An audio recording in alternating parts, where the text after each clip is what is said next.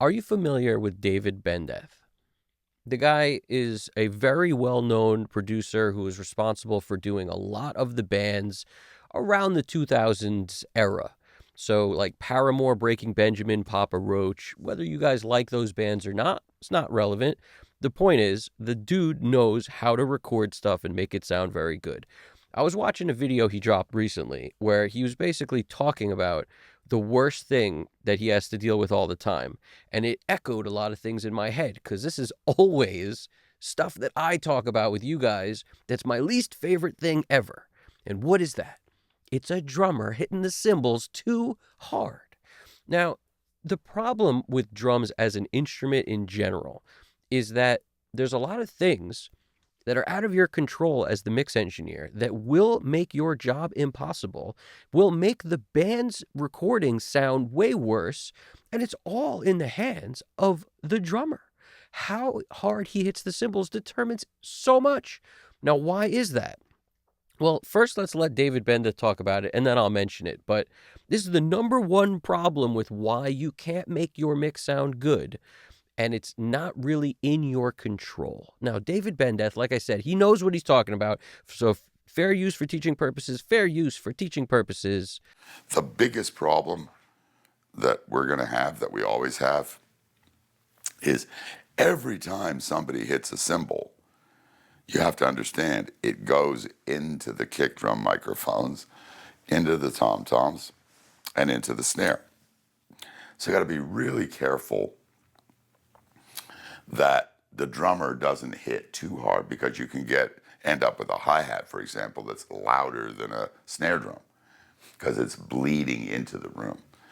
Sometimes what I like to do, and I didn't do it because I like the live vibe, but I didn't do it, I would put another kick drum in front of this, and then I would put a blanket and extend it with two microphones. One would be here and one would be outside my second kick drum. And that basically creates a little bubble for the kick drum where nothing can bleed into it. The blanket protects it, any of the cymbals from leaking, so it's a pretty clean signal. There's so many drummers I've dealt with this problem, and it's a problem live too. In a live situation, you can sometimes compensate for the drummer playing super loud by putting him kind of far away from the band. If you're in a small room, you can't do this. And that's why if everybody's got to play very close and tight together, sometimes the guitar amps can't even get over the drums when the cymbals being crazy. And also all the vocal mics wind up picking up cymbals. So that's a problem. And you really run into this issue where the band has to get louder to compete with the drums. And then once that happens, now all of a sudden, everything has to get louder, vocals included, which also, when the vocalists aren't at the mic singing, you can definitely hear the drums. Every mic becomes an overhead, essentially. So the more guys who have vocal mics up, the worse it becomes for the overall sound.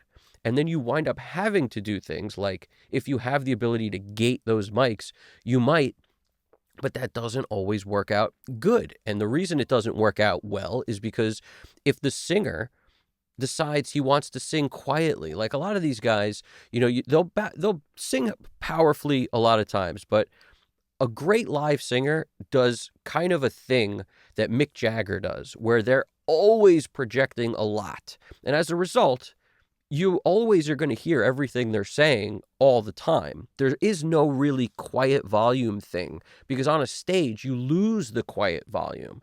So it's a particular singer's voice that can get away with this. But whereas if you want to do a lot of these like little things where your voice is kind of like vibratos or little like haunting little tiny sounds, and you got a drummer crashing cymbals, you're never going to be able to set that gate properly, because the cymbals will be louder than those little vibrato, little tiny nothing sounds that they're farting out.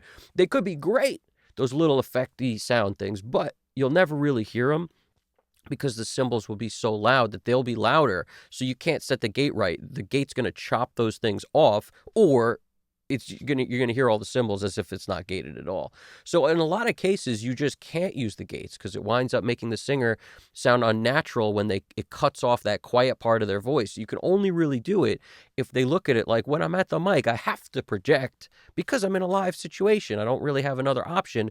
And not only just any live, I'm in a live situation with a really loud drummer.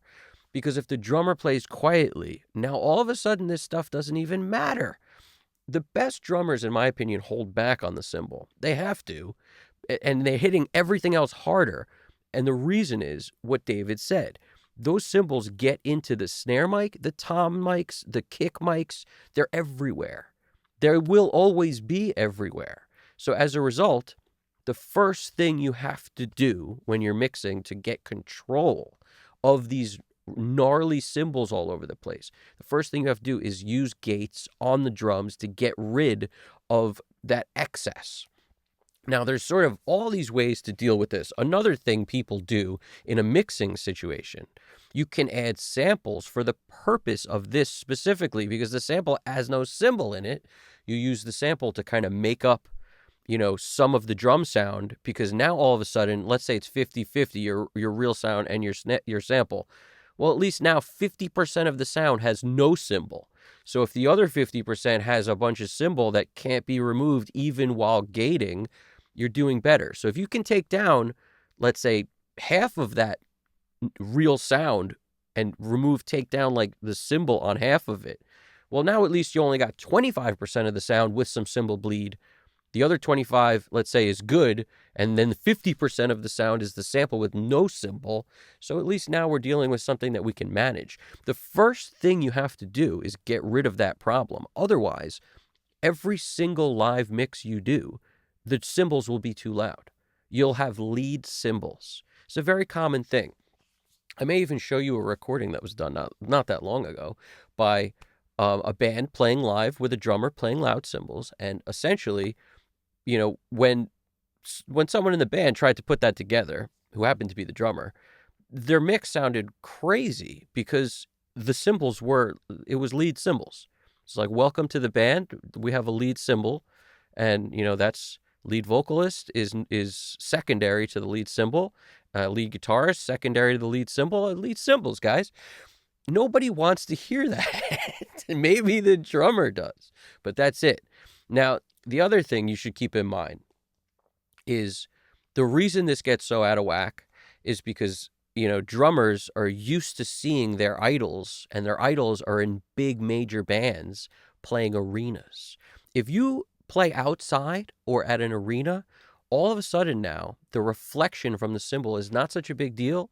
So you can get away with playing super loud. As soon as you have the space between the mics, this stuff is not an issue. So that's the inherent disconnect, is drummers see their idols that they grew up loving and listening to playing as hard as they want on the cymbals and whatnot, which only works in settings that will allow for it.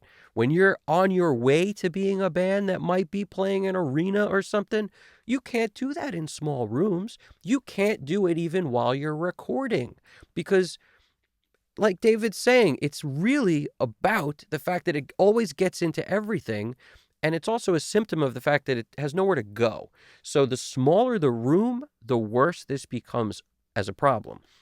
Now, I have a song here that I was working on, in which we recorded in a room that was probably 10 by 10. I've mentioned before that years ago, I used to rent this rehearsal studio in Brooklyn that was a small little box that we had everything in, and it was to rehearse. So when everybody stopped playing, you could hear bands bleeding into the room. It had nothing but egg crate foam all over the walls that was put there by the guy who rents the rooms out. So we couldn't touch that. It always stayed up.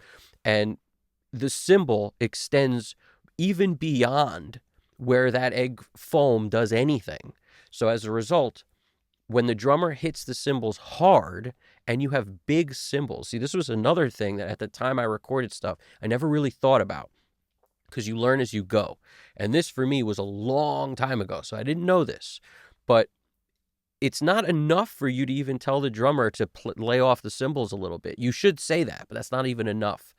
You need cymbals that are smaller, that are thinner, because they need to die out quicker. because if they don't, and the drummer does hit hard on them and plays a part that's like a crash part, there will be no definition between the cymbals, because it's just going to be a wash of constant cymbal ringing. And no matter what you do in the mix, this is the case in a small enough room. So when you're in a very small room, it's even more important. Small cymbals, thinner. But specifically, this is the difference, right? If a drummer plays quietly, you can get a part in a song where you can ride up whatever they're doing that's cool. In the mix, you can make something louder that's very cool. If they happen to play some cool polyrhythm or something.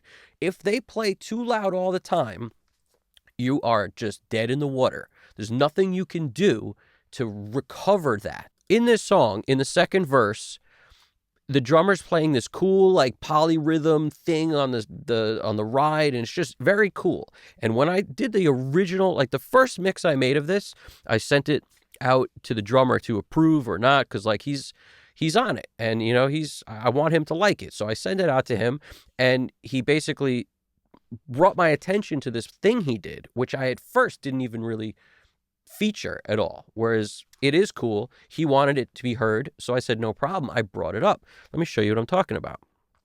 This thing right here. One more ride from the score. Last time, like I said before, I never know if I'm up anymore. We got the money, but our souls are poor. We've been stuck in some... Right there. That, you know, that cool stuff he's doing on the cymbals is very cool. He wanted more of it, so I came in and I got a ride happening on the cymbals there. Now, you know, like you see this right here. Now, all I did for these drums, by the way, it's 4 mics. It's kick, snare, overhead, left, right. You see this ridden up overhead, left, and right? I'm bumping that area so I can get more of what he did there. Now, I'm able to do that. You see, that's this part right here. I'm able to do that because it was a quiet thing. You could always bring up quiet things.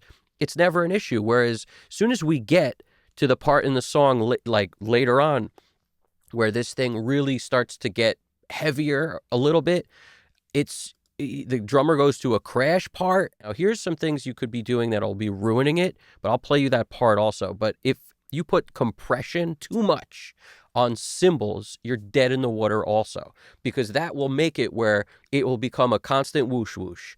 That's our number one enemy, is the whoosh whoosh. So constant whoosh whoosh is annoying to listen to. It just makes it just white noise. So once that happens, it's even more critical to look at what you're doing. Make sure, like in my case, overheads, see the dynamics, they're off. Dynamics are off, because in my case, that's the only thing doing it's kick, snare, left, right, overhead. That's it.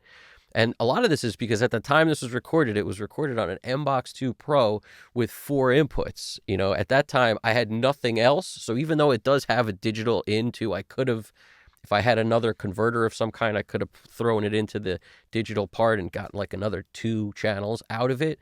I really only had 4 in this case. That's it. So 4 mics, kick, snare, overhead, left, right. And let me just play that part. The verses sound great. Like, listen to every part where the cymbals aren't annoying.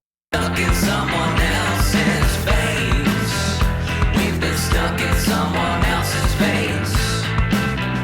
We've been stuck in someone else's veins.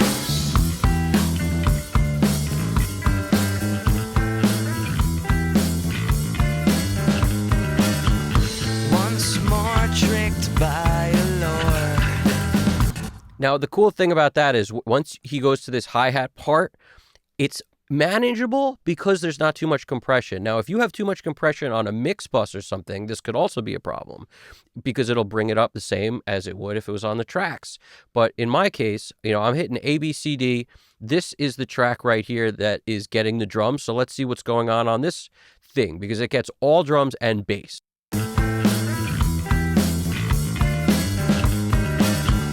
Once more tricked by a lure. Treble. It's really only being triggered by the snare drum It's only being triggered by the bass a little bit, and it's like literally what the first light and sometimes the second light. That's it. And the second light, if you notice, is on the snare hits, and the first is on the kick hits. So it's really not a result of cymbals doing this. And there's very little. I mean, the clipper's just barely doing anything, and it's there because the loudest parts of the song get a little nutty. By the way, I don't know if you noticed this, but with these clippers, if you start right in the middle of a part, it'll always kind of be louder than it is if you give it some lead-in time. Like as soon as you hit play, it'll grab it looks at it like, oh, super loud peak, but if you roll into it, it'll usually be different. But either way, 1.1 dB is not a lot of.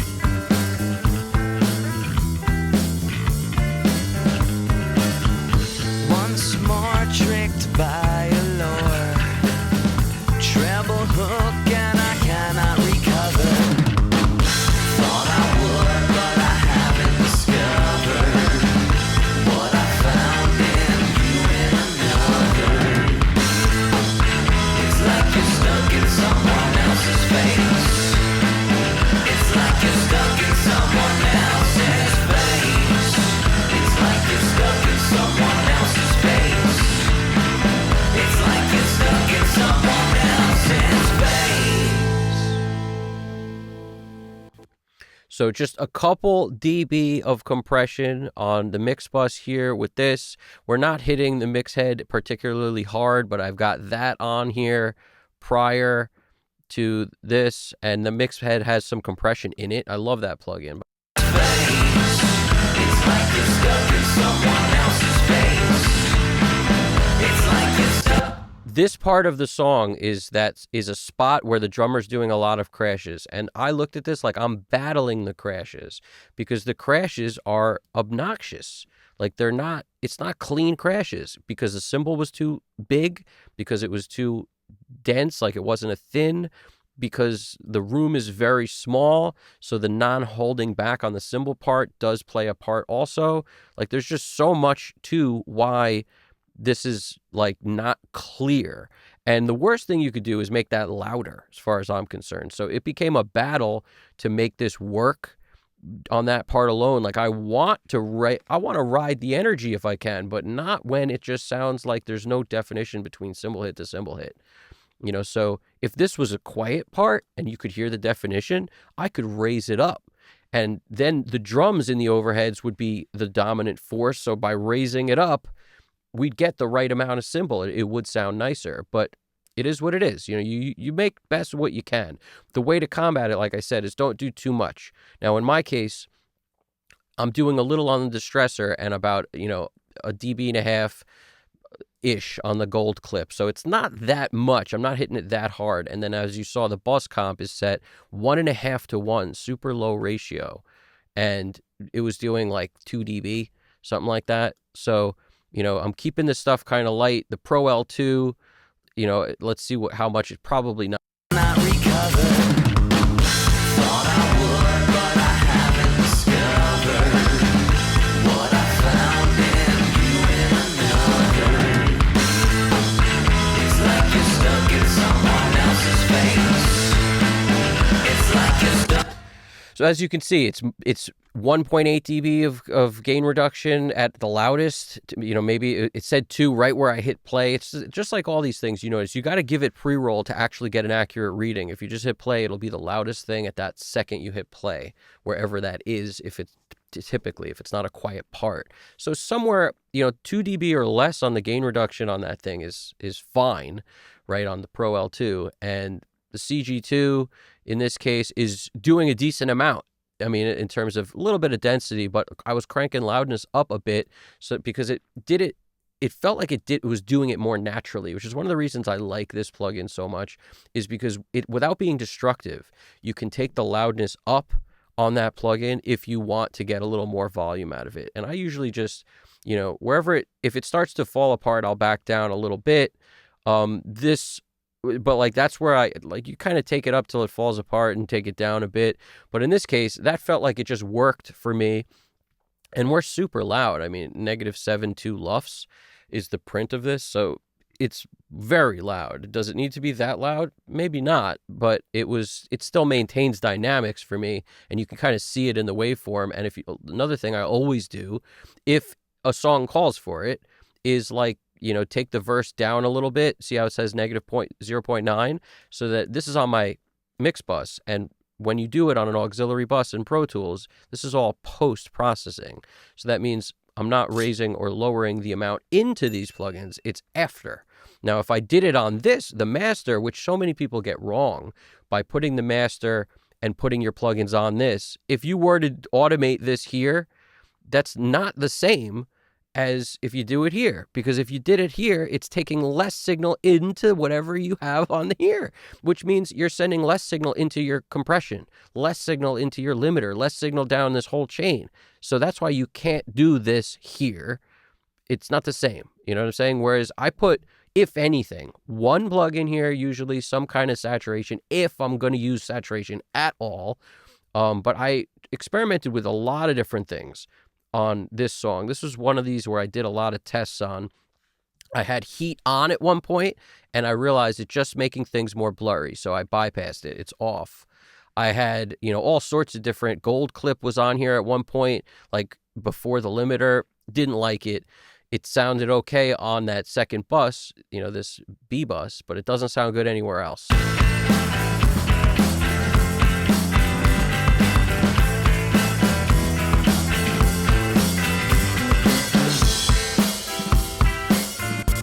Now, you'll notice is the drums sound really good, right? But once the hi-hat starts to creep up, because he's playing the hi-hat super loud, the control you have is so much more limited. Like, there's just not much you can do if you're not going to use samples and things like that. And in this case, I felt the sound was so good and dialed, I really didn't want to. So it just becomes, like I say, everything's a compromise. You have to compromise. And in my case, adding samples made this thing sound worse than having a little more cymbals. That's the compromise. Now, like I said, the less you have to compromise, the better. So if you can, you talk to your drummer, you get him to watch something like this, you get him to pay attention to the fact that he's hurting the song. Now, if you can have that kind of conversation and get on the same page, I think your results will be better. So, I would just wish I knew all this stuff on every recording I ever made. And, it takes time. The fact that we have all these videos like David Bendeth saying the same thing, maybe guys will listen, because it's not just like me saying it. It's not just what people have a tendency to believe is like, oh, if you're good enough as an engineer, you don't have to do that. If you're good enough as a mixer, no, it's not true. The less you have to do as a mixer, the better things sound. And the more you have to do, it's always because of some inherent issues with the recording. Now, that's not solved by a better engineer. It's solved by the player knowing how to play to be able to be recorded as well as possible. That's its own skill that good musicians learn, because it's part of being a good musician. You don't just want to be a good musician, but you sound like crap on every recording. You want to be a guy who can be recorded well. So this is all part of it. It's a maturity thing too. So many guys, you try to tell them what to do, they run the other way. And it's really, it's only to their detriment that they do that. So I hope that made some sense. Anyway, questions, comments, answers, throw it in there. I appreciate it. Evan Jaffe, Custom Cut Studios. Everybody keep in mind, you guys got this. And you could always make a recording sound good with some compromises. So don't ever think there's a perfect recording out there. There isn't. All right. There's a compromise happening no matter what, no matter who, no matter when. There's always some kind of compromise. It's just a question of how much are you compromising? So you guys got this. Evan Jaffe, Custom Cut Studios. Take it easy.